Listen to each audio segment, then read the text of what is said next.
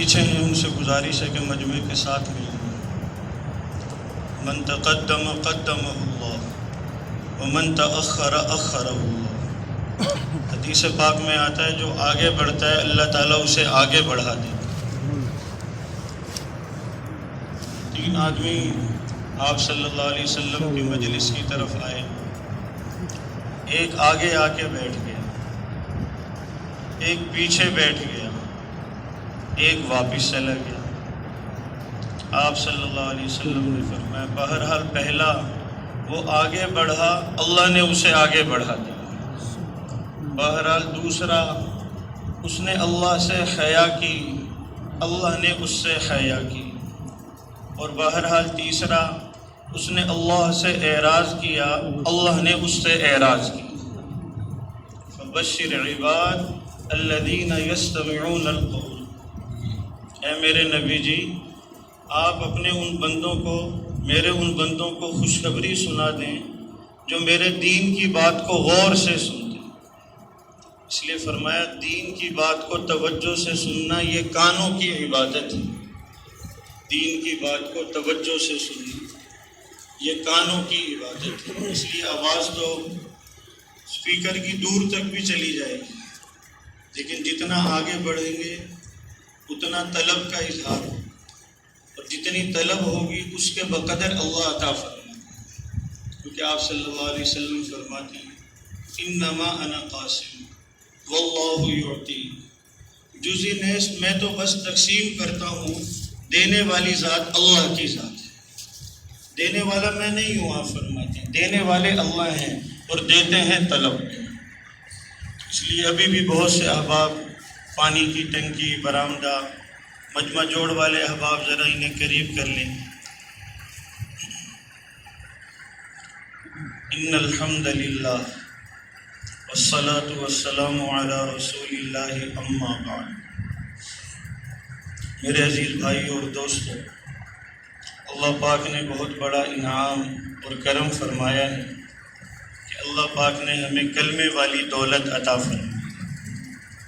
لا الہ الا اللہ محمد الرسول اللہ، یہ اللہ کے خزانوں میں سب سے بڑی دولت ہے۔ اس لیے حاجی عبدالوہاب صاحب رحمۃ اللہ علیہ فرماتے تھے کہ کوئی بھی مسلمان غریب نہیں جسے اللہ تعالیٰ نے کلمے والی دولت سے نوازا، اور جسے اللہ تعالیٰ نے جناب نبی اکرم صلی اللہ علیہ وسلم کی امت میں پیدا فرمایا، وہ آدمی غریب نہیں ہو سکتا۔ آپ صلی اللہ علیہ وسلم کا امتی ہونا یہ بہت بڑی دولت اور بہت بڑی نعمت ہے۔ ان الجنت حرمت علی الانبیاء حتی ادخلها، ان الجنت حرمت علی الامم كلها حتی تدخلها امتی۔ آپ صلی اللہ علیہ وسلم نے فرمایا کہ تمام انبیاء پر اللہ نے جنت کو حرام کر دیا جب تک میں جنت میں داخل نہ ہو جاؤں، اور تمام امتوں پر اللہ نے جنت کو حرام فرما دیا جب تک میری امت جنت میں داخل نہ ہو جائے۔ تو اللہ نے ایسی امت میں پیدا فرمایا جو سب سے آخر میں آئی ہے اور سب سے پہلے جنت میں جائے گی، اور جس کے لیے ہمارے نبی کی اتنی دعائیں ہیں، اتنا روئے ہیں آپ صلی اللہ علیہ وسلم ہمارے لیے، اور اتنی دعائیں مانگی ہیں آپ صلی اللہ علیہ وسلم نے اپنی امت کے لیے کہ اتنی دعائیں کسی ماں نے بھی اپنی اولاد کے لیے نہیں مانگی۔ چنانچہ ایک دفعہ آپ صلی اللہ علیہ وسلم حضرت عائشہ رضی اللہ عنہ کے گھر میں تشریف لے۔ آپ کے چہرے پہ خوشی کا اثر تھا۔ جب انسان خوش ہوتا ہے تو چہرے پہ خوشی کا اثر ہوتا ہے۔ حضرت عائشہ رضی اللہ عنہ نے آپ کو دیکھا کہ آج تو اللہ کے نبی سے جو مانگوں گی اللہ کے نبی مجھے عطا فرمائے۔ لیکن میرے بھائی اور دوستو، صحابہ کے مرد بھی آخرت والے تھے اور صحابہ کی عورتیں بھی۔ آج ہمارے مردوں کو بھی دنیا کی فکر لگ گئی، دکان کی، زمین کی، اور ہماری عورتوں کو بھی زیور اور کپڑے کی فکر لگ گئی۔ بچوں کو بھی دنیا کی فکر، عورتوں کو بھی زیور کپڑے کی، اور صحابہ کی عورتوں کو بھی آخرت کی فکر، بخشش کی فکر، اللہ سے تعلق بنانے کی فکر. دیکھو اللہ کے نبی خوش ہیں، فوراً عرض کر دیا الا تدعو لی یا رسول اللہ، اللہ کے رسول میرے لیے دعا نہیں فرماتے تھے. آپ نے فرمایا وبما ادعو، عائشہ کیا دعا مانگوں؟ ادعو لی ان یغفر لی اللہ جمیع خطایایا، آپ اللہ تعالیٰ سے یہ دعا کریں اللہ میرے سارے گناہوں کو معاف فرما دے. نبیوں کے سردار کی بیوی ہیں اور پھر بھی اس کی فکر ہے کہ اللہ میری، اور آج ہم عمل کر بھی نہیں رہے اور پھر کیا کہہ رہے ہیں اللہ بڑا غفور الرحیم ہے. عمل کر بھی نہیں رہے اور وہ جو سب کچھ کر رہے ہیں پھر بھی کیا کہہ رہے ہیں کہ اللہ میری. آپ نے ہاتھ اٹھا دیے، اللہم اغفر لعائشہ ما تقدم من ذنبها وما تأخر وما اسرت وما اعلنت، اے اللہ عائشہ کے سارے گناہوں کو معاف فرما دے، جو پہلے کیے اور جو بعد میں کیے اور جو چھپ کے کیے اور جو علانیہ کیے. اب جو آپ نے دعا کی حضرت عائشہ رضی اللہ تعالی عنہ کے لیے، سرت سرورا جدا، روایت میں آتا بہت زیادہ خوش ہوتی چلی گئی، حتی طرقت رأسہا، سر نیچے جھکتا چلا گیا، سر کا جو دوپٹہ تھا وہ جھولی میں پاؤں میں آ کے گر گیا. آپ نے کہا عائشہ اتنا زیادہ خوش ہو رہی ہو، اتنا زیادہ خوشی کا کیوں نہ خوش ہوں، اللہ کے رسول صلی اللہ علیہ وسلم نے میرے لیے دعا کر دی اور اب تو اللہ میری بخشش ضرور فرما دیں گے. آپ نے فرمایا عائشہ انہا لدعوتی لامتی دبر کل صلاۃ، اے عائشہ جیسے تیرے لیے ایک دعا مانگی ہے، ہر نماز کے بعد اپنی امت کے لیے اللہ سے یہ دعا مانگتا ہوں. جس کے لیے 5 دفعہ دعا ہے، آج اس کی امت نے اسی کی سنتوں کو چھوڑ دیا ہے، اسی کی زندگی کو چھوڑ دیا، غیروں کی زندگی کو اختیار کر رہے ہیں. سنت پہ چلتے ہوئے شرم آ رہی ہے اور غیروں کی زندگی کو اختیار کرتے ہوئے. ایسا نبی اللہ نے اس امت کو دیا، نبیوں کا سردار. ولد یتیمن، یتیم پیدا ہوا.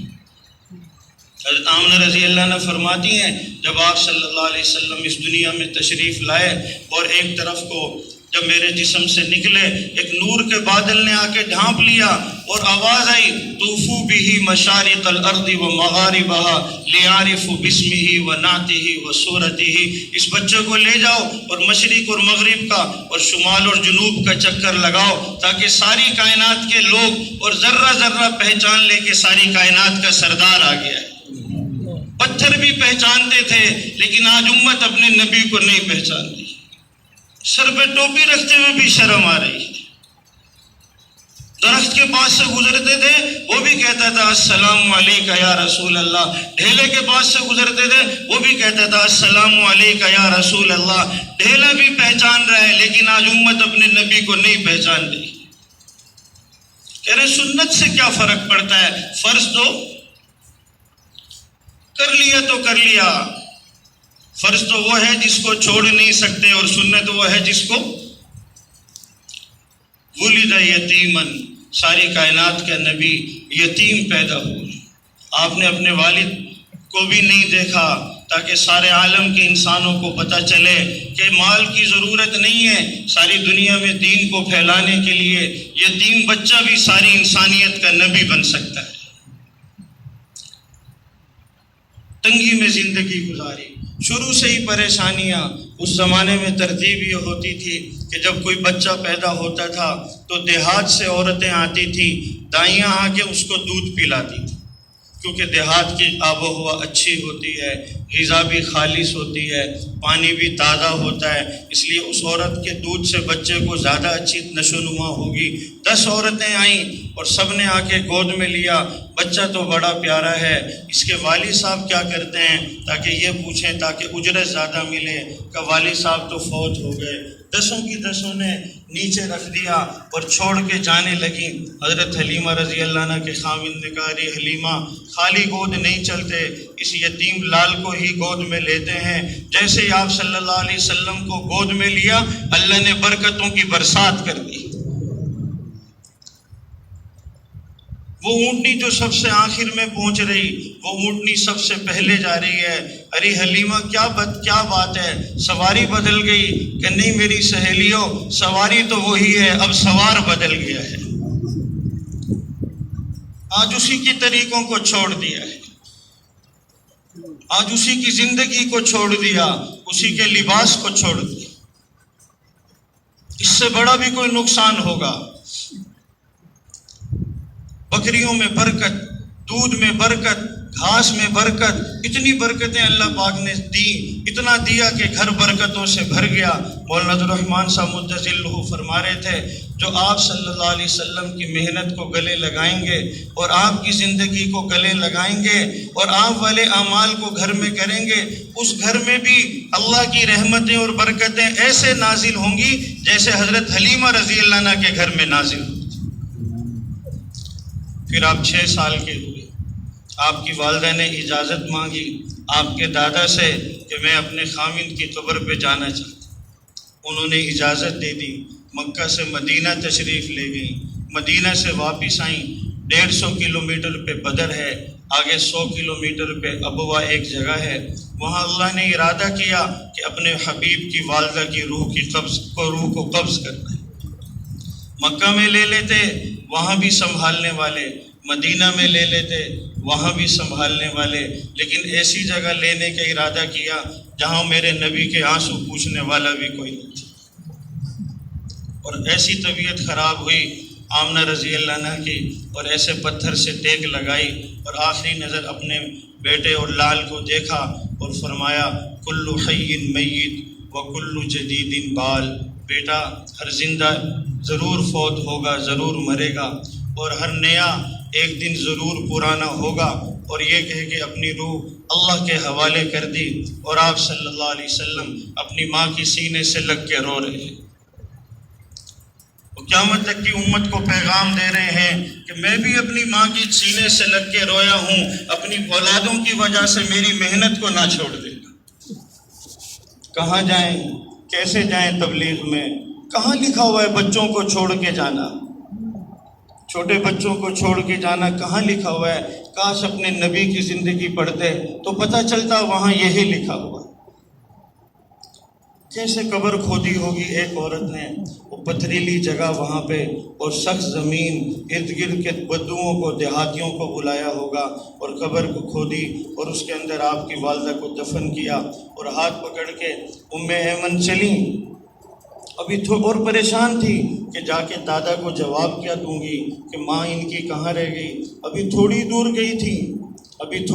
گئی تھی کہ آپ صلی اللہ علیہ وسلم نے ہاتھ چھڑایا، وہ تیزی سے پیچھے کی طرف بھاگے، وہ پریشان ہو گئیں، پتہ نہیں کہاں نکل گئے۔ ڈھونڈتے جب آئیں تو دیکھا آپ صلی اللہ علیہ وسلم اپنی ماں کی قبر پہ ہاتھ پھیلا کے رو رہے تھے، اور قبر کی مٹی آپ کے آنسوؤں سے تر ہو گئی تھی۔ اور تمہیں پتہ ہے ہمارے نبی اس وقت کیا کہہ رہے تھے؟ آج یہ امت خبریں سننے میں لگی ہوئی ہے، کاش اپنے نبی کی خبریں تو سنتے۔ اخبار اٹھتے ہی اخبار پڑھ رہے ہیں، کاش اپنے نبی کی سچی زندگی تو پڑھتے۔ آپ کے ہاتھ ماتن یدیہ علی قبر امہ، ہاتھوں کو پھیلا رہے ہیں اور مٹی تر ہو رہی ہے۔ اور پتہ ہمارے نبی کیا کہہ رہے تھے؟ امی جان آپ کو پتہ تو تھا اس دنیا میں میرا آپ کے علاوہ کوئی بھی نہ تھا۔ اس نبی نے یہ کام دیا تھا جس کے لیے 4 مہینے نہیں لگ رہے ہیں، جس کے لیے 2.5 گھنٹے نہیں دیے جا رہے۔ ام ایمن کھینچ رہی ہیں اور آپ مٹی اور قبر کو نہیں چھوڑ رہے، اور قیامت تک کے انسانوں کو بتا رہے ہیں اگر تم ملکوں کے لیے نکلے اور تم 4 ماہ کے لیے نکلے اور تمہارے بچے روئے تو تم پریشان نہ ہونا، میں بھی اپنی ماں کی قبر پہ رویا تھا۔ تمہارے بچوں کی مشابہت میرے ساتھ ہوگی اور تمہاری عورتوں کی مشابہت میری ماں کی مشابہت سے ہوگی، اور جو جس کے ساتھ مشابہت اختیار کرے گا اللہ قیامت کے دن اس کے ساتھ حشر فرمائے گا۔ ولد یتیمن، یتیم پیدا ہوئے، پھر ساری زندگی تنگیوں میں گزاری، اپنے بھی مخالف ہو گئے اور فاقوں والی زندگی، گھر میں کھانے کے لیے بھی کچھ نہیں۔ حضرت ابوبکر صدیق رضی اللہ تعالیٰ عنہ بھوک کی حالت میں گھر سے نکلے، آگے گئے تو حضرت عمر ملے۔ عمر اس گرمی میں کہاں کہ گھر میں کھانے کے لیے کچھ نہیں ہے، دونوں آگے چلے گئے. آگے حضرت محمد صلی اللہ علیہ وسلم فدا کا ابی و امی یا رسول اللہ، یا رسول اللہ ہمارے ماں باپ آپ پہ قربان ہو. صحابہ بات بعد میں کرتے تھے، پہلے یہ جملہ کہتے تھے یا رسول اللہ ہمارے ماں باپ آپ پہ قربان ہو.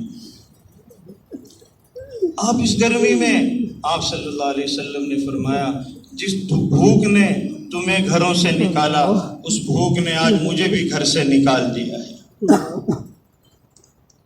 تینوں گئے حضرت ابو ایوب انصاری رضی اللہ تعالیٰ عنہ کے گھر. ان کی بیوی خوش ہو گئیں، کیا کہنے لگیں؟ اللہ کی قسم آج روئے زمین پہ ان سے افضل مہمان کوئی نہیں ہے، اور روئے زمین پہ ہم سے افضل میزبان کوئی نہیں ہے.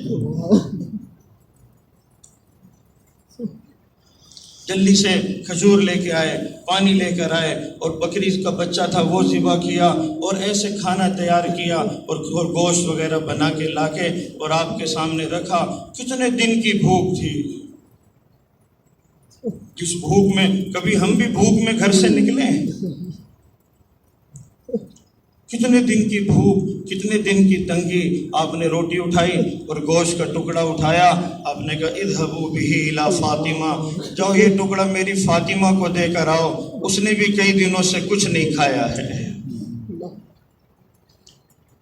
ایسے ہی امت بنی تھی، ایسے اس امت کو کام پہ ڈالا تھا کہ تم اپنی زندگیوں کو دیکھ کے، اپنے گھروں کو دیکھ کے نہیں چلو گے، بلکہ میرے دین کو دیکھ کے چلو گے. اخرجت للناس کی ایک تفسیر یہ ہے کہ یہ سارے عالم میں جائے گی، اور ایک تفسیر یہ ہے کہ یہ سارے عالم کو دیکھ کے چلے گی. تنگیوں میں زندگی، فاقوں کے اندر زندگی گزاری. ایک دفعہ حضرت ابو ہریرہ رضی اللہ تعالیٰ عنہ تشریف لائے. آپ صلی اللہ علیہ وسلم بیٹھ کے نماز پڑھ رہے ہیں. دیکھا انہوں نے اللہ کے نبی بیٹھ کے نماز پڑھ رہے ہیں. یا رسول اللہ آپ نے فرمایا تھا کہ انسان جب کھڑے ہو کے نفل پڑھے تو زیادہ اجر ملتا ہے، اور بیٹھ کے نفل پڑھے تو تھوڑا اجر ملتا ہے. وَأَنْتَ أَسْبَقُنَا بِالْخَيْرَاتِ، آپ تو اجر کے کاموں کو زیادہ بڑھ کے کرتے ہیں، آج آپ بیٹھ کے نماز پڑھ رہے ہیں. آپ نے فرمایا الجوع یا ابا ہریرہ، ابو ہریرہ بھوک کی وجہ سے کھڑے ہونے کی ہمت نہیں ہے.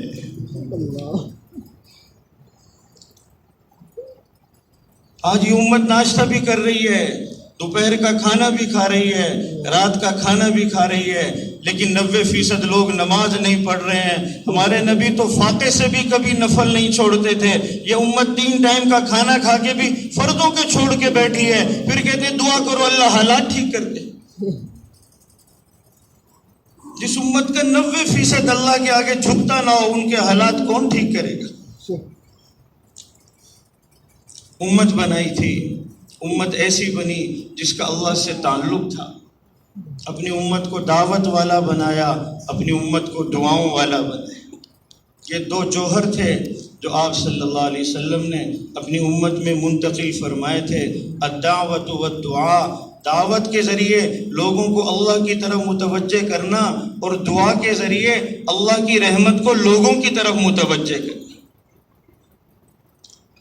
ایسا تعلق صحابہ کے مردوں کا، ایسا تعلق صحابہ کی عورتوں کا کہ جو دعا مانگ رہے ہیں. حضرت خولہ بنت ثعلبہ رضی اللہ تعالیٰ عنہ صحابی ہیں. خامند میں میاں بیوی میں کسی بات پہ تکرار ہو گیا، خامند کو غصہ آیا. خامند نے غصے میں اپنی بیوی سے کہا انت علیہ کا ظہر امی، تمہاری کمر دیکھنا بھی میرے لیے ایسے حرام ہے جیسے اپنی ماں کی کمر دیکھنا حرام ہے. ان الفاظ کو اس وقت جو اپنی بیوی کو کہہ دیتا تھا تو طلاق ہو جاتی تھی. غصے میں خامند نے کہہ دیا. اب غصے کے بعد جب بیوی پریشان ہوئی تو سمجھ گئی کہ اب تو میرا گھر اجڑ جائے گا. سیدھی آپ صلی اللہ علیہ وسلم کی خدمت میں یا رسول اللہ قال علی زوجی کذا و کذا، یا رسول اللہ میرے شوہر نے ایسا کہہ دیا. آپ نے فرمایا صرتی علیہ حراما، خولہ تم اس کے لیے حرام ہو گئی ہو، اب الگ ہو جاؤ، پردہ ہو گیا. یا رسول اللہ ان لی منہ اولادا صغارا، یا رسول اللہ چھوٹے چھوٹے بچے ہیں، خاوند کی مجھے کوئی حاجت نہیں ہے، لیکن یہ بچے اگر میں اس کو دوں گی تو پھر تربیت نہیں ہو سکے گی، اور اگر میرے پاس رہیں گے تو ایک لقمہ نہیں کھلا سکوں گی، یا رسول اللہ کوئی تو حل نکالیں، کوئی تو حل نکالیں۔ آپ نے کہا سرت علیہ حراما، حل کوئی نہیں ہے کھولا۔ وہ کہتی رہی اور آپ یہی کہتے رہے۔ اس نے دیکھا جب اللہ کے نبی میرے مسئلے کا حل نہیں نکال رہے تو پہلے تو آپ کی طرف متوجہ تھی، پھر سیدھی ہاتھ اوپر اٹھا کے کہنے لگی اے اللہ تیرا نبی نہیں سن رہا، تو سن رہا ہے۔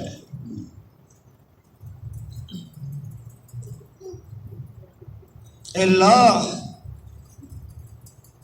فلاں کو سناؤ، فلاں ہمارے حالات ٹھیک کرے، فلانے کے پاس جاؤ وہ حالات ٹھیک کرے گا۔ کسی کی عقل میں یہ نہیں آ رہا اللہ کو سناؤ، اللہ مسائل حل کریں گے، اللہ حل کریں گے، اور حضرت محمد صلی اللہ علیہ وسلم والی زندگی پہ کریں گے اور اللہ حل کریں گے، اور حضرت محمد صلی اللہ علیہ وسلم کی محنت پہ حل کریں گے، اور ان دو چیزوں کے بغیر اللہ کی قسم کبھی نہیں مسئلے حل ہو سکے۔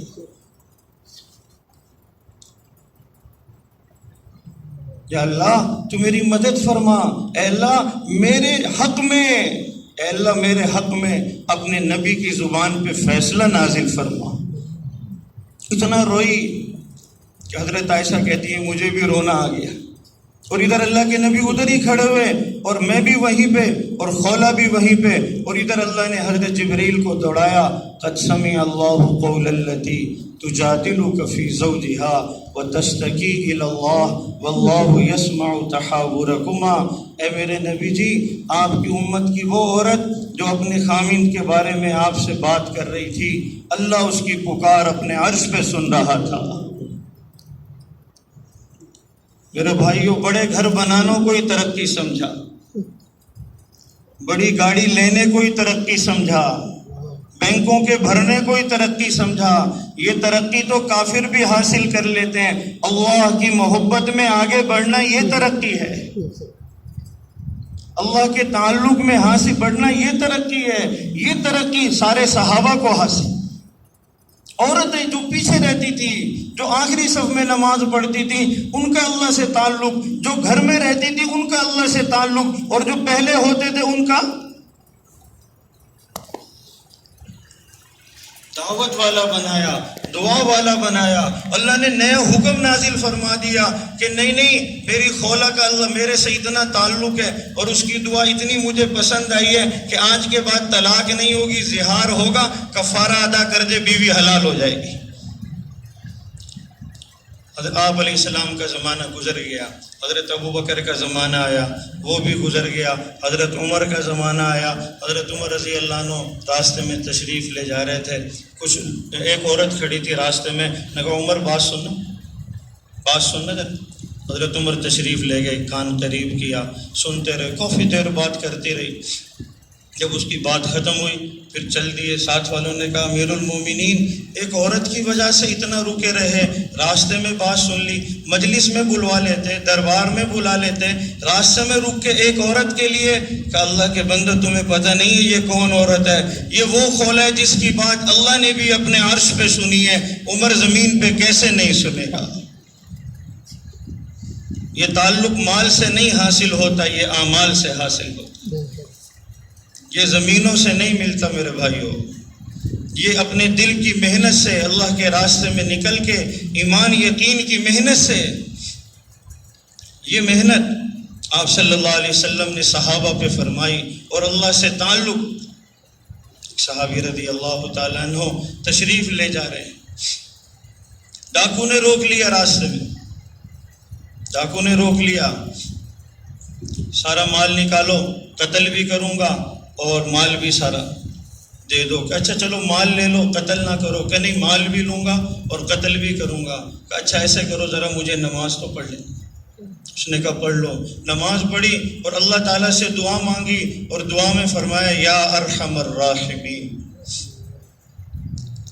یا ارحم الراحمین۔ اس نے تلوار نکالی نیزہ مارنے کے لیے، جیسے ہی نیزہ قریب کیا آسمان سے آواز آئی لا تقتلو، اس کو ہاتھ نہ لگا۔ اس نے ڈر کے دیکھا اوپر، اسے کوئی نظر نہیں آیا۔ اس نے پھر نیزہ اٹھایا، اس نے پھر کہا یا ارحم الراحمین۔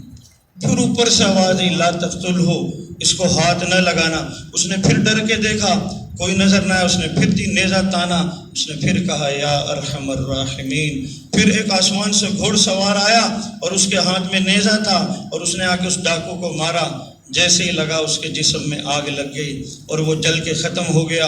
وہ جانے لگا، اس نے کہا بتا تو کون ہے؟ اس نے کہا جب تو نے یا ارحم الراحمین کہا، تیری آواز نے آسمان کے فرشتوں میں ہلچل مچا دی تھی۔ آج کتنی دعائیں ہو رہی ہیں لیکن ہلچل۔ ابھی رمضان گزرا ہے، ختم قرآن پہ رو رو کے دعائیں ہو رہی ہیں، لیکن امت کا مسئلہ مجمع رو رو کے دعا کر رہے ہیں۔ آپ کہہ کے گئے تھے ایک محنت دے کے جا رہا ہوں، ایک کام دے کے جا رہا ہوں، جب تک وہ کام کرو گے تمہاری دعائیں ایسے قبول کروں گا جیسے نبیوں کی دعائیں قبول کی ہیں، تمہاری مدد ایسے کروں گا جیسے نبیوں کی مدد کی ہے، تمہارا ساتھ ایسے دوں گا جیسے نبیوں کا ساتھ دیا ہے۔ اور اگر تم میری محنت کو چھوڑ دو گے اور اس مقصد زندگی کو چھوڑ دو گے تو تمہارے برگزیدہ ہستیاں دعائیں مانگے گی اور میں دعاؤں کو قبول نہیں کروں گا۔ مدد طلب کرو گے دشمنوں کے خلاف، لیکن مدد نہیں کی جائے گی۔ میرے محترم بھائیو دوستو، اپنی امت کو دعوت والا بنایا، اپنی امت کو دعاؤں والا بنایا۔ اس لیے حضرات صحابہ کرام ساری دنیا میں گئے اللہ کے دین کو لے کے، اور جہاں گئے اللہ پاک نے ہر جگہ ان کی مدد فرمائی۔ حضرت عمر رضی اللہ تعالیٰ عنہ کا زمانہ تھا اور روم والوں سے لڑائی ہو رہی تھی۔ تقریباً 9 دن گزر گئے لیکن مسلمانوں کو فتح نہیں ہو رہی۔ روم والوں نے آپس میں مشورہ کیا، کیا بات ہے مدد فتح نہیں ہو رہی؟ وہ کہنے لگے یہ عربی لوگ ہیں اور ہم عجمی لوگ ہیں، ہمیں ان کی لڑائی کے انداز نہیں آتے، ان کو ہرانا ہے تو پھر عربوں کو مقابلے میں لاؤ۔ تو بنو غسان ایک عیسائیوں کا قبیلہ تھا، ان سے بات کی کہ آپ کل عیسائیوں کو بھیجنا۔ نے کہا ٹھیک ہے، کل 60,000 عیسائی بھیج۔ تو لڑائی یوں طے کی انہوں نے کہ 60,000 عرب آئیں گے عیسائی، اور پیچھے 2 لاکھ روم والے ہوں گے۔ مسلمانوں نے جاسوسوں نے جا کے ابو عبیدہ بن جراح رضی اللہ عنہ کو بتایا کہ کل لڑائی اس طریقے پر ہوگی۔ امیر صاحب نے ساتھیوں سے مشورہ کیا، ہاں بتائیں کیسے لڑائی کریں، ہم کیسے لڑائی کریں؟ حضرت خالد رضی اللہ عنہ نے فرمایا رضی اللہ عنہ، امیر صاحب آپ 60 آدمی مجھے دے دیں، انشاءاللہ ہم یہ 60 آدمی 60,000 کے لیے کافی ہو جائیں گے۔ 60 آدمی۔ امیر صاحب نے کہا ٹھیک ہے۔ امیر صاحب نے کہا بھی ٹھیک ہے، انہیں بھی پتا تھا کہ میرے مامور کا اللہ سے تعلق ہے۔ کہا ٹھیک ہے خالد 60 آدمی لے لو۔ کہا امیر صاحب اپنی مرضی کے اٹھاؤں گا، یہ نہیں ادھر سے 60 آدمی کھڑے ہو گئے 5 نمبر سے تو ان کے پاس چلے جاؤ، یا سامنے سے 60 آدمی، اپنی مرضی کے اٹھاؤں گا۔ تو امیر صاحب نے کہا کیوں خالد اپنی مرضی کے کیوں؟ تو حضرت خالد رضی اللہ عنہ نے فرمایا اس لیے کہ اللہ کی قسم میں اس مجمع میں ایسے لوگوں کو جانتا ہوں کہ جب وہ دعا کے لیے ہاتھ اٹھاتے ہیں اللہ ان کے ہاتھوں کو خالی نہیں لوٹاتا ہے۔ 4 مہینے والے تو بہت ہو گئے، بہاولپور میں دعاؤں والے کتنے ہو گئے، ملکوں والے تو بہت ہو گئے، لیکن اتنے ایسے کتنے ہو گئے جن کے ہاتھوں کو اللہ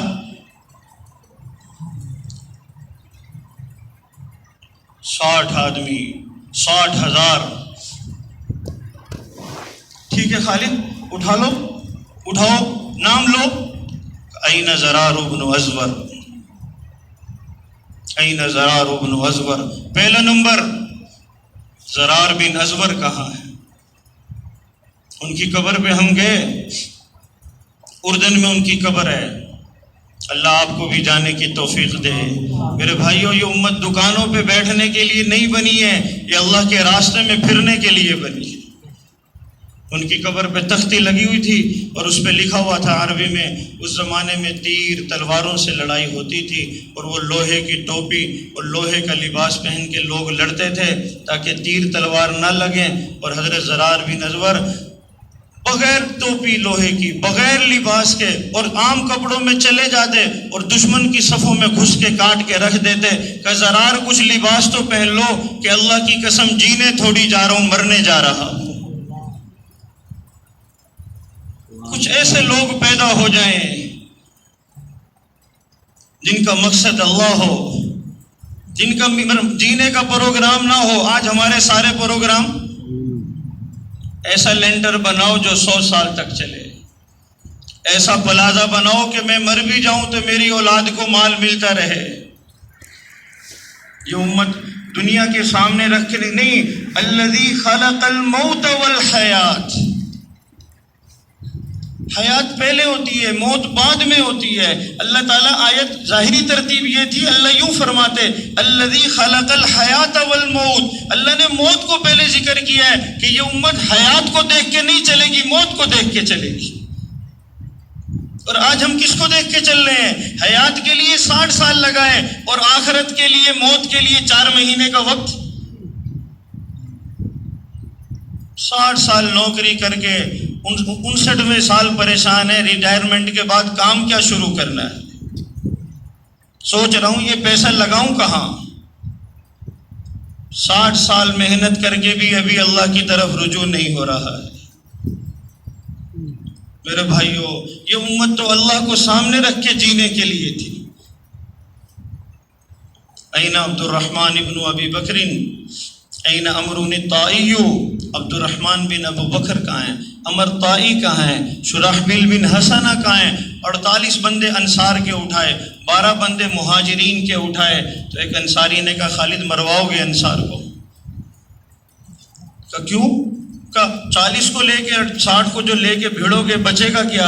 اور زیادہ تو انصار کے بندے اٹھائے ہیں۔ کہ نہیں اللہ کی قسم، میں نے دیکھا ہے ہر مشکل وقت میں انصار نے حضور کی مدد کی ہے، اور اللہ نے 60 کو 60,000 پہ فتح نصیب فرمائی۔ تیرے بھائیوں، ایسے محنت فرمائی، اپنا سب کچھ لگایا، اپنے گھر سے قربانی دی، اپنے ذات سے قربانی، اپنے گھر میں فاقہ۔ حسن یا حسین رضی اللہ تعالیٰ عنہما میں سے ایک بیمار ہو گیا۔ حضرت علی رضی اللہ عنہ نے، حضرت فاطمہ نے نظر مان لی، اگر اللہ تعالیٰ ہمارے اس بیٹے کو صحت دے دیں ہم 3 روزے رکھیں گے۔ اللہ نے صحت عطا فرما دی۔ وہ گئے حضرت علی رضی اللہ عنہ یہودی کے پاس، اگر تم روئی دے دو محمد صلی اللہ علیہ وسلم کی بیٹی اس کا دھاگا بنا دے گی۔ اس نے کچھ جو کے دے دیے، 6 روٹیاں 5 روٹیاں بنائیں۔ حضرت فاطمہ رضی اللہ عنہ نے اپنے لیے، حضرت علی کے لیے، حسن اور حسین رضی اللہ عنہما کے لیے، اور ایک باندی کے لیے جس کا نام فیضہ تھا۔ شام کو حضرت علی رضی اللہ عنہ آپ صلی اللہ علیہ وسلم کے ساتھ مغرب کی نماز پڑھ کے تشریف لائے، اور ابھی کھانا کھانے کے لیے بیٹھے اور ایک مسکین نے آواز دی، اے محمد صلی اللہ علیہ وسلم کے گھر والوں، آج ایک مسکین تمہارے دروازے پہ کھڑا ہے۔ افطاری کے وقت اگر کوئی آ کے ہمارا دروازہ بجا دے تو ساری روٹیاں مسکین کو دے دی۔ اگلے دن یتیم آ گیا، ساری روٹیاں یتیم کو دے دی۔ اگلے دن قیدی آ گیا، 5 روٹیاں قیدی کو دے دی۔ تیسرے دن روزہ تو نہیں تھا لیکن گھر میں کھانے کے لیے بھی کچھ نہیں تھا۔ آپ صلی اللہ علیہ وسلم نماز کے بعد جب تشریف لائے، حضرت فاطمہ رضی اللہ عنہ کو دیکھا، آنکھیں اندر دھسی ہوئی ہیں اور بالکل کمزور ہوئی ہیں، چہرہ زرد ہوا ہے۔ آپ صلی اللہ علیہ وسلم نے ہاتھ پھیلائے۔ حضرت فاطمہ، بیٹی جب ماں کے سینے سے لگتی ہے باپ کے تو پھر رو پڑتی ہے، ایسے جو آپ کے ساتھ لگی اور رونے لگی، یا رسول اللہ 3 دن ہو گئے آج ہمارے گھر میں کھانے۔ اللہ کے نبی بھی رو رہے ہیں، حضرت فاطمہ بھی رو رہی ہیں۔ کس کے سینے سے لگ کے رو رہی ہیں؟ جو نبیوں کے سردار ہیں۔ اور کون رو رہی ہیں؟ جو جنت کی عورتوں کی سردار ہے۔ اور کون فاقے سے ہیں؟ جو جنت کے جوانوں کے سردار ہیں، کہ یہ امت مجھے اور میرے گھر کو دیکھ کے چلے گی، یہ سارے عالم کو دیکھے گی، اپنی ضروریات کو نہیں دیکھے گی۔ میرے عزیز بھائیوں دوستوں، اپنا سب کچھ لگایا، پھر یہ امت تیار کی، اپنے گھر میں فاقے، اپنے گھر میں تنگی۔ احد کی لڑائی ہوئی، احد کی لڑائی ہوئی، انہوں نے گڑھا کھودا آپ صلی اللہ علیہ وسلم کے لیے، اس میں نوکیلے پتھر رکھے اور اس کو گھاس سے ڈھانپ دیا کہ آپ صلی اللہ علیہ وسلم کو لائیں گے اور بہانے سے اس کے اندر گرا دیں گے۔ اور وہی ہوا، وہ یہودی تھا، وہ کچھ گھیر کے آپ کو لائے، اور آپ صلی اللہ علیہ وسلم جب گڑھے کے قریب گئے انہوں نے آپ کو دھکا دے دیا اور آپ صلی اللہ علیہ وسلم کے گھٹنے بہت زیادہ زخمی ہو گئے۔ جس دین کے لیے آج 4 مہینے نہیں لگائے جا رہے، چلہ نہیں لگایا جا رہا، سروزہ نہیں لگایا جا رہا، اللہ کے نبی کا خون کا ایک قطرہ اس ساری کائنات سے زیادہ قیمتی تھی۔ آپ ابھی ایسے ان گھٹنوں کو ایسے دیکھ رہے تھے اور زخمی، انہوں نے زور سے پتھر آپ صلی اللہ علیہ وسلم کے چہرے پہ مارا اور آپ بے ہوش ہو کے گڑھے میں گر گئے۔ حضرت طلحہ رضی اللہ عنہ تیزی سے گڑھے میں اترے اور آپ کو کندھے پہ ڈالا اور تیزی سے احد پہاڑ کی طرف چلے، اور انہوں نے تیروں کی برسات کر دی، اور انہوں نے اپنے ہاتھوں پہ اور اپنے سینے پہ تیروں کو لیا، لیکن ایک تیر بھی آپ صلی اللہ علیہ وسلم کو نہیں لگنے دیا، اور آپ نے فرمایا وجبت، اللہ نے میرے طلحہ کے لیے جنت واجب کر دی ہے۔ آج ہم کہہ رہے ہیں ہم بچ جائیں، باقی دین جو مرضی۔ میرا دین نہیں ہے، دین تو رائیوڈ والوں کا ہے، دین تو مدرسے والوں کا ہے، میری دکان پہ کچھ فرق نہ ہے، میری نوکری پہ فرق نہ ہے، باقی دین کا جو مرضی۔ حضرت طلحہ نے کتنے تیر کھائے؟ آپ نے فرمایا شہید وہ ہوتا ہے جو مر جاتا ہے، زمین پہ زندہ شہید ہو میرے طلحہ کو دیکھ لے۔ ایک جگہ پہ بیٹھ گئے، آپ کے دندان مبارک شہید ہو گئے تھے، صحابہ بھی 70 احد میں شہید ہو گئے تھے، بچے کچے زخمی تھے، سارے جمع ہو گئے۔ یا رسول اللہ، ابو بکر نے جب آپ کو دیکھا تو رونے لگے، یا رسول اللہ تکلیف تو یہ پہلے بھی بہت دیتے تھے، لیکن آج ان ظالموں نے حد کر دی ہے، بس آج آپ ان کے لیے ہاتھ اٹھا کے بد دعا کریں تاکہ اللہ پاک ان پہ اپنا عذاب نازل فرمائے۔ آپ نے ہاتھ اٹھا لیے، ابو بکر کے کہنے پہ ہاتھ اٹھا لیے، صحابہ نے بھی ہاتھ اٹھا لیے۔ آج اللہ کا عذاب آئے گا، آج آگ اترے گی، آج بندر اور خنزیر بن جائیں گے۔ آپ نے ہاتھ اٹھائے، آپ کی زبان مبارک ہلی، آپ نے فرمایا اللہم اہد قومی فإنہم لا یعلمون، اے اللہ میری قوم کو ہدایت دے دے، یہ نہیں جانتے کہ میں ان کا کتنا خیر خواہ ہوں۔ آج یہ امت بد دعائیں دے رہی ہے، حکومت کو بد دعائیں دے رہی ہے، کوئی کس کو بد دعائیں دے رہا ہے، اور ہمارا نبی بد دعاؤں والا نہیں تھا، ہمارا نبی تو دعاؤں والا تھا۔ لڑائی ختم ہو گئی، سارے زخمی سامنے آ گئے، سب کو جمع کیا، دیکھا، سارے ساتھیوں کو دیکھو، سب کو دیکھتے رہے، حمزہ نظر نہیں آ رہے، میرے چچا حمزہ نظر نہیں آ رہے۔ کس نے کہا یا رسول اللہ وہ احد میں ادھر جہاں وہ درخت ہے وہاں دونوں ہاتھ میں 2 تلواریں لے کے لڑ رہے تھے۔ آپ نے کہا چلو وہاں چلتے ہیں، آپ صحابہ کو لے کے پہنچے، وہاں دیکھا تو وہاں تو منظر ہی عجیب تھا، حضرت حمزہ رضی اللہ عنہ کو شہید کیا ہوا تھا اور سینہ چیرا ہوا تھا اور کلیجہ نکالا ہوا اور ناک اور کان بھی کاٹ دیے گئے تھے۔ اتنا نبی کا سینہ ہوتا ہے کہ اگر 7 آسمان بھی ٹوٹ جائیں تو نبی کے سینے میں سما سکتے، اتنا بڑا ظرف ہوتا ہے۔ لیکن جب آپ نے حضرت حمزہ کی لاش دیکھی تو آپ کی آنکھوں سے آنسو جاری ہو گئے، اتنا روئے۔ 70 بندے شہید ہوئے، 70 صحابہ شہید ہوئے تھے احد میں۔ ایک جنازہ رکھا، ساتھ حضرت حمزہ کا رکھا، آپ نے جنازہ پڑھایا کہ اس میت کو اٹھا لو، دوسری میت لا کے رکھو، دوسری میت رکھی، حضرت حمزہ کی رکھی رہی، پھر آپ نے جنازہ پڑھایا، ہر ایک کا ایک جنازہ پڑھایا، حضرت حمزہ کے 70 جنازے پڑھائے۔ جس تبلیغ کے لیے ٹائم نہیں نکالا جا رہا ہے، ملکوں کے سفر کہاں لکھے ہوئے ہیں؟ اپنے نبی کو دیکھتے تو صحیح، اس نے سب کچھ تو لگایا اس دین کے لیے۔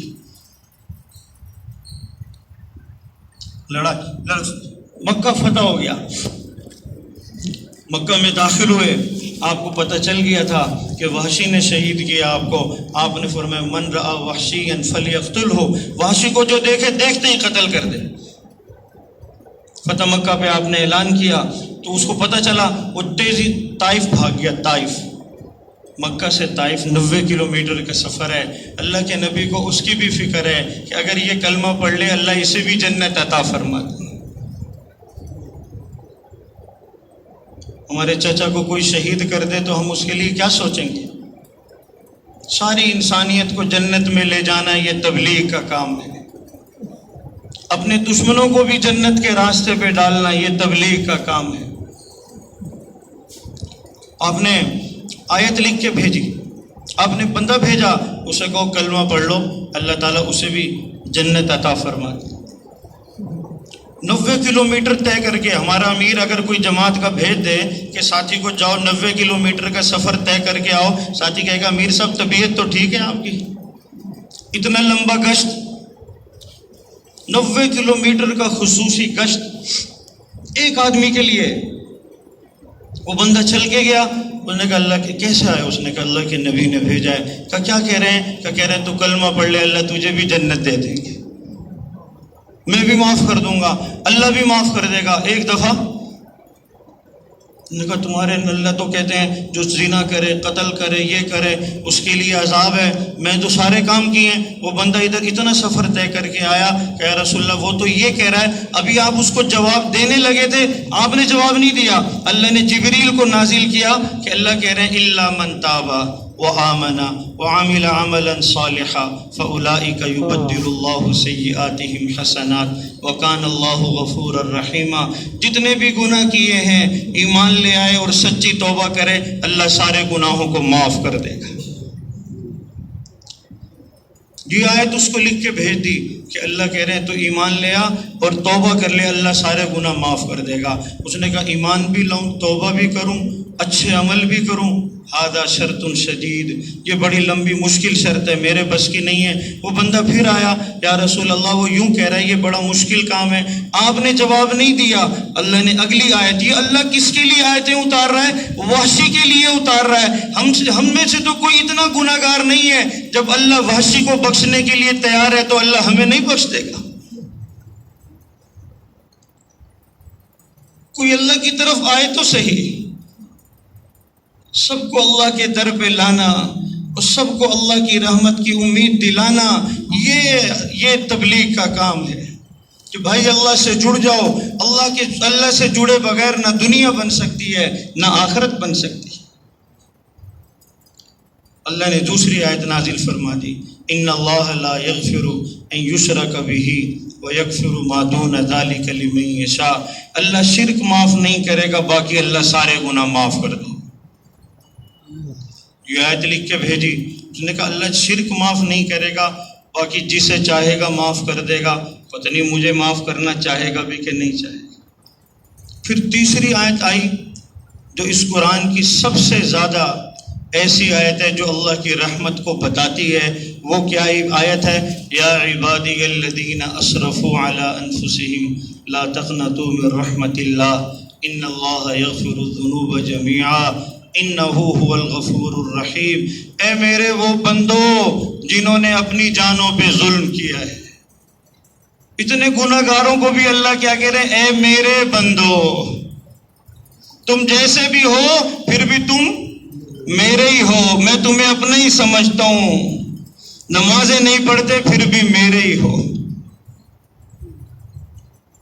نافرمانی کرتے ہو پھر بھی میرے ہی ہو، میرے نبی کی سنتوں کو چھوڑتے ہو پھر بھی میرے ہی ہو۔ یا عبادی الذین اسرفوا علی انفسہم، جنہوں نے اپنی جانوں پہ ظلم کیا، لا تقنطوا من رحمت اللہ، اللہ کی رحمت سے مایوس نہ ہو جاؤ، ان اللہ یغفر الذنوب جميعا، اللہ سارے گناہوں کو معاف کرتا۔ یہ آیت جب نازل ہوئی آپ نے کہا یہ اس کے پاس لے جاؤ۔ جب یہ آیت لے کے گئے تو اس نے کہا الآن جئت بالحق، ہاں اب اس آیت نے بچنے کا راستہ دیا ہے۔ وہ عرب تھے، وہ سمجھتے تھے ہم تو سارا قرآن بھی پڑھتے ہیں تو ہمیں نہیں سمجھ آتا قرآن کیا کہہ رہے ہیں۔ اس نے کہا ہاں اب بچنے کا راستہ ہے. تو وہ آیا, اس نے مکہ میں داخل ہوا, چہرے پہ نقاب ڈالا, اور نقاب ڈال کے آپ کی مجلس میں آیا, اور مجلس میں آتے ہی چہرے سے نقاب ہٹایا اور آ کے کہا اشہد ان لا الہ الا اللہ و اشہد انک رسول اللہ. کلمہ پڑھ لیا. صحابہ نے دیکھا وحشی ہے, صحابہ نے تلواریں نکالی. آپ نے کہا کیوں نکال رہے ہو تلواریں؟ آپ نہیں اس کو جانتے تھے, پہچانتے نہیں تھے. آپ نے کہا کیوں تلواریں نکال رہے ہو؟ یا رسول اللہ یہی وحشی ہے. آپ نے کہا وحشی انت, تو وحشی ہے؟ اس نے کہا جی یا رسول. آپ نے فرمایا اخبرنی عن کیف قتلت عمی, اچھا یہ بتا تو نے میرے چچا کو شہید کیسے کیا تھا؟ اتنا عرصہ گزر گیا لیکن آج بھی دل میں وہ زخم, آج بھی زخم ہرا ہے. کہ یا رسول اللہ 3 آدمیوں کے لیے فیصلہ کر کے آیا تھا, یا تو آپ کو, یا حضرت علی کو, یا حضرت حمزہ کو. آپ کی طرف جانے کی تو ہمت ہی نہیں ہوئی. حضرت علی رضی اللہ عنہ کی طرف گیا تو وہ لڑ رہے تھے لیکن دائیں بائیں بھی دیکھ رہے تھے, چوکنے تھے, آگے لڑتے تھے تو پیچھے بھی خیال رکھتے تھے. میں نے کہا اس کو قابو نہیں کر سکتا. حضرت حمزہ کی طرف گیا تو شیروں کی طرح دونوں ہاتھوں میں تلواریں لے کے لڑ رہے تھے, لیکن جب آگے لڑتے تھے تو پیچھے سے غافل ہو جاتے تھے. تو میں نے کہا یہ موقع اچھا ہے, تو میں نے برچھا اٹھایا اور ایسے میں نے مارا, اور برچھا ایسے سینے سے پار ہو گیا, اور پھر میں نے ناک کاٹی, اور پھر میں نے کان کاٹے. وہ ایسے بتا رہا تھا اور اللہ کے نبی نے سر جھکایا ہوا تھا, اور وہ جب ساری بات بتا کے رکا اور آپ نے اپنا سر اٹھایا, آپ کی ساری داڑھی اور چہرہ آنسوؤں سے تر ہو چکا تھا. جس تبلیغ کے لیے ہمارے پاس وقت نہیں ہے,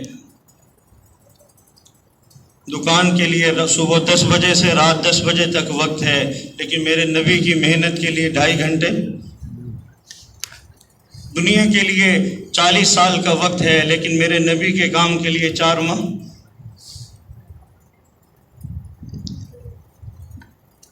اس میں علماء بیٹھے, سب سے افضل جگہ کا مکہ اور مدینہ, سب سے افضل مقام کا بیت اللہ اور روضہ رسول کا, ان دونوں میں سے افضل یہ بیت اللہ ہے, یہ روضہ ہے, یہ اللہ کا گھر ہے, یہ میرے نبی کا روضہ ہے, یہاں اللہ کی نسبت, یہاں میرے نبی کی. پھر سب نے اکٹھے ہو کے فیصلہ کیا یہ بیت اللہ بہت اونچا ہے, لیکن یہ روضہ جس میں آپ صلی اللہ علیہ وسلم آرام فرما رہے ہیں اور قبر میں ہیں, اور قبر میں زمین پر آپ موجود ہیں, زمین کی وہ مٹی جو آپ صلی اللہ علیہ وسلم کے مبارک جسم کو لگ رہی ہے, وہ مٹی بھی بیت اللہ سے قیمتی ہے. وہ مٹی قیمتی ہے, وہ جسم کتنا قیمتی ہوگا, وہ آنسو کتنے ہوں گے, اور جن سے داڑھی تر ہو گئی وہ آنسو. وہی حق, اللہ تیرا بھلا کرے, بس اللہ تیرا بھلا کرے, اللہ تجھ پہ رحم کرے. تو بھی میرا صحابی بن کے جنت کے راستے پہ آ گیا, بس ذرا اتنی مہربانی کیا کر, جب تو میرے سامنے بیٹھا کرنا میری مجلس میں تو پیچھے بیٹھا کر, جب تو آگے بیٹھتا ہے نا تو مجھے میرا چچا یاد آ جاتا ہے, جسے سامنے بٹھانا بھی برداشت نہیں ہے, اس کو بھی رضی اللہ تعالیٰ عنہ. اس رخ پہ اپنی امت کو ڈالا. یہ وہ وقت تھا جب یہ امت اس محنت کو لے کے چل رہی تھی, اور آپ نے اپنا سب کچھ لگایا اور صحابہ کا سب کچھ لگوایا. صحابہ نے آپ کی طرح اپنی جان بھی ساری, اپنا مال بھی سالا. جیسے آج ہماری دنیا پہ جان لگ رہی ہے, صحابہ کا ساری جان, سارا مال اللہ کے دین پہ. تبوک کا موقع آیا, آپ صلی اللہ علیہ وسلم نے صحابہ کو جمع فرمایا, کہ آج اللہ کے دین کے لیے خرچ کرو. سارے صحابہ انتظار میں رہتے تھے کب تقاضا آئے اور ہم آگے سے آگے بڑھ کے. حضرت ابو بکر, حضرت عمر رضی اللہ عنہ اتنا آگے بڑھتے تھے ایک دوسرے سے. حضرت عمر رضی اللہ تعالیٰ عنہ 40ویں نمبر پہ مسلمان ہوئے, اور اتنا زور لگایا کہ پہلے نمبر دوسرے پہ آ گئے, لیکن آگے نہیں بڑھ سکے. آگے حضرت ابو بکر رضی اللہ تعالیٰ, آپ نے کہا خرچ کرو. حضرت عمر رضی اللہ تعالیٰ عنہ اپنے گھر کا آدھا سامان لے کر آ گئے, اور حضرت ابو بکر رضی اللہ عنہ تھا تو تھوڑا, لیکن اپنے گھر کا سارا ہی سامان لے کر. ہر ایک آ رہا تھا اور اپنے اپنے جو ڈھیر تھا, جو سامان تھا وہ لا کے رکھ رہا تھا. اور جب سب نے لا کے رکھا اور آپ صلی اللہ علیہ وسلم پوچھ رہے تھے ہاں بھائی تم کیا لائے، بھائی تم کیا لائے. حضرت عمر کو سوچ رہے تھے اگر اللہ کے نبی اب مجھ سے پوچھیں گے تو آج میرا نمبر آگے ہو جائے گا، لیکن آپ نے سوال کا انداز بدلا اور آپ نے فرمایا یا عمر ماذا ترکت فی البیت، یہ بتاؤ عمر گھر میں کیا چھوڑ کر آئے. حضرت عمر سمجھ گئے کہ ابو بکر سے آگے میں نہیں بڑھ سکتا. کہا جی نصف المال، آدھا چھوڑ آیا. آپ نے فرمایا یا ابا بکرین ماذا ترکت فی البیت، اے ابو بکر آپ نے اپنے گھر میں کیا چھوڑا. کہا جی ما ترکت فی بیتی الا اللہ ورسولہ، میں تو اپنے گھر میں اللہ اور اس کا رسول ہی چھوڑ آیا. اور ادھر سب کچھ لگا رہے تھے اور ادھر حضرت جبریل علیہ السلام آ گئے. ان اللہ یسلم علی ابی بکرین، اے اللہ کے رسول اللہ ابو بکر کو سلام کہہ رہے ہیں. ایسی محنت جس کے کرنے والوں پہ اللہ کا سلام آئے، اگر ہم اس کی بھی قدر نہ کریں تو کتنے بڑے نقصان کی بات ہے. اور اللہ کہہ رہے ہیں قد رضیت عنہ وہو عنی راض، میں ابو بکر سے راضی ہو گیا. کیا ابو بکر بھی ہم سے راضی ہیں؟ آپ نے کہا ابو بکر اللہ سلام کہہ رہے ہیں اور اللہ کہہ رہے ہیں کہ آپ راضی ہیں. کہا اگر میں راضی نہیں ہوں گا تو پھر کب راضی ہوں گا جب اللہ مجھ پہ سلام بھیجے. اور آخری وقت آیا اور ابو بکر نے حضرت عمر کو علی کو بلایا، علی ان ہاتھوں سے مجھے غسل دینا جن ہاتھوں سے تم نے محمد مصطفیٰ کو غسل دیا تھا. آج پتہ چلے گا کامیاب کون ہے. 60 سال تبلیغ میں کھپانے والے اور 60 سال نوکریوں پہ کھپانے والے موت میں برابر نہیں ہوں گے. زندگیاں دینے والے اور دکانوں پہ جان مارنے والے، آج پتہ چلے گا موت کامیابی کا اعلان بن کے آئے گی. آج وقت ہے، آج ملکوں کے سفر کر سکتے ہیں، آج اللہ پہ جان لگا سکتے ہیں. احمد پور میں ایک ساتھی کو ملکوں کے لیے تیار کر رہے تھے. وہ کہہ رہا تھا میرے پاس ڈرافٹ نہیں ہے. وہ دروازے پہ کھڑے اسے ترغیب دے رہے تھے. اس کی بیوی کہیں دروازے کے قریب سن رہی تھی. اس نے اندر گئی اور ایک تھیلی لا کے باہر رکھ دی کہ یہ میرا زیور ہے، اپنی بچیوں کی شادی کے لیے رکھا تھا، لیکن میرے نبی کی امت میری بچیوں سے قیمتی ہے. اس کو بیچ کے میرے خاوند کو ملکوں میں بھیج دو، اس کا بدلہ اپنے اللہ سے جنت میں لے لوں گی. آج لگا دو میرے بھائیو، آج ملکوں کے سفر کر لیں، آج 4 مہینے لگا لیں، کل کو وقت. علی ان ہاتھوں سے مجھے غسل دینا جن ہاتھوں سے تم نے محمد صلی اللہ علیہ وسلم کو غسل دیا. اور جب میں فوت ہو جاؤں غسل دینا، میرا جنازہ پڑھانا اور پھر مجھے آپ کے روضے پہ لے جانا اور وہاں جا کے اجازت مانگنا. اگر اجازت ملے تو وہاں دفن کر دینا، ورنہ جنت البقیع میں دفن کر دینا. فوت ہو گئے، غسل ہوا، نماز جنازہ ہوا، نماز میت لا کے حضرت علی نے آپ کے روضے پہ رکھی، آپ کے روضے پہ رکھی. حضرت علی نے کہا یا رسول اللہ ان ابا بکر یستاذن، کہ اللہ کے رسول ابو بکر اندر آنے کی اجازت مانگ رہے ہیں. آج وہ جو قربانیاں دی تھی، جو مال لگایا تھا، آج بدلے کا دن ہے. پہلے عمل کے دن تھے، آج بدلے کا دن ہے. آج دیکھو کیا پروانہ، کیا اعلان. یا رسول اللہ ان ابا بکر یستاذن، یا رسول اللہ ابو بکر اجازت مانگ رہے ہیں. تو روزے دروازے خود کھل گئے. فضائل درود میں لکھا ہے اور اندر سے آواز ہے سم الحبیب الی الحبیب، میرے محبوب کو ملاقات کے لیے اندر بھیج دو. اپنے پاس بلا کے سلا دیا اور 1400 سال ہو گئے اور قیامت تک کا بدلہ دنیا میں یہ دے رہے ہیں. ابو بکر جو تو نے قربانی کی، جان لگایا، مال لگایا، زندگی کھپائی، آج اللہ کیا بدلہ دے رہے ہیں؟ قیامت تک جو میرے روزے پہ آئے گا پہلے مجھے سلام کرے گا، پھر تجھے سلام کرے گا. آج ہم نے کیا کمایا کیا ہے؟ 60 سال لگا کے بھی خالی ہاتھ. ہماری اولادیں کہتی ہیں ابا تو نے تو ہمیں ضائع کر دیا، ہمارے لیے تو کچھ بنایا بھی. آخرت سے بھی خالی اور دنیا سے بھی خالی. نہ اللہ راضی نہ گھر والے راضی. صحابہ نے اللہ کو راضی کیا، اللہ نے دنیا بھی دے دی. میرے بھائیوں زندگی کا فیصلہ کر رہے ہیں. حضرات صحابہ کرام اللہ کے دین کو لے کر نکلے، اپنے گھروں کو نہیں دیکھا. آج وقت ہے، آج 4 مہینے لگا سکتے، آج 4 مہینے لگا سکتے ہیں، ملکوں کے سفر کر سکتے ہیں، چلہ لگا سکتے ہیں، امریکہ افریقہ میں پھر سکتے ہیں۔ یہ امت تو اس لیے تھی کہ یہ سارے عالم کو دیکھ کے چلے گی۔ فرانس میں ایک لڑکی اور پریشان ہے، ہمارے ساتھ جاپان کا ساتھی تھا، کہتا مولانا ہر سال 36,000 آدمی جاپان میں خودکشی کرتے ہیں۔ آج مسلمانوں نے اپنی بیٹی کو دیکھ کے زندگی گزاری، امت کی بیٹیوں کو، اور ہمارے نبی صلی اللہ علیہ وسلم نے فاطمہ کو دیکھ کے نہیں چلے تھے، ساری انسانیت کو دیکھ کے چلے تھے۔ فرانس میں وہ لڑکی پریشان ہے کہ دل کا سکون حاصل نہیں ہے، کبھی کس کے پاس جا رہی ہے، کبھی یہ مذہب اختیار کیا، کبھی عیسائیت والا، لیکن دل کا سکون حاصل۔ اسی پریشانی میں ایک دن روتے ہوئے آنکھ لگ گئی، خواب میں دیکھا ایک نورانی چہرے والے بزرگ ہیں اور ایسا نور والا چمکتا چہرہ ہے کہ بیٹی کیوں پریشان ہے؟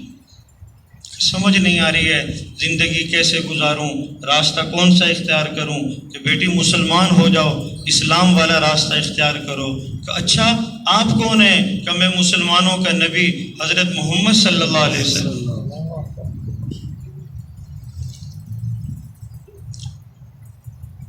کیسے مسلمان ہوں؟ ابھی جاؤ فرانس کے مرکز، وہاں کے امام ہے محمد موسیٰ، انہیں جا کے میرا سلام کہو، اور وہ تمہیں جائیں گے اور تمہیں کلمہ اور دین سکھائیں گے۔ وہ 1 بجے نکلی گھر سے، گاڑی میں بیٹھی اور سیدھی آ کے اس نے دروازہ بجایا اور دیکھا امام صاحب نکلے، دیکھا غیر مسلم لڑکی 2 بجے میرے دروازے پہ کھڑی ہے۔ اس نے کہا بیٹی کیسے آئے ہو؟ اس نے کہا آئی نہیں ہوں، مجھے کسی نے بھیجا ہے۔ کہا کس نے بھیجا ہے؟ کہ مجھے محمد مصطفیٰ نے بھیجا ہے۔ میرے بھائیوں کاش اوروں کی بیٹیوں کے لیے بھی تو نکلتے، یہ بھی تو کسی کی بیٹیاں ہیں، ان کو جا کے کون سنبھالے گا؟ 7 مہینے کے سفر نہیں کریں گے تو، سال نہیں لگائیں گے تو ان بیٹیوں کو کون حیا پہ لائے گا؟ آئی نہیں ہوں، مجھے بھیجا ہے۔ کس نے بھیجا ہے؟ کہ محمد مصطفیٰ نے۔ اللہ کی بندی، ہمارے نبی تو 1400 سال پہلے پردہ فرما گئے، انہوں نے تجھے کیسے بھیج دیا؟ اس نے سارا خواب سنایا، وہ بھی رونے لگے کہ اللہ کے نبی نے میرا نام لے کے سلام بھیجا ہے، پیغام بھیجا ہے۔ یہ 4 مہینے والے خوشی کے مارے روئے۔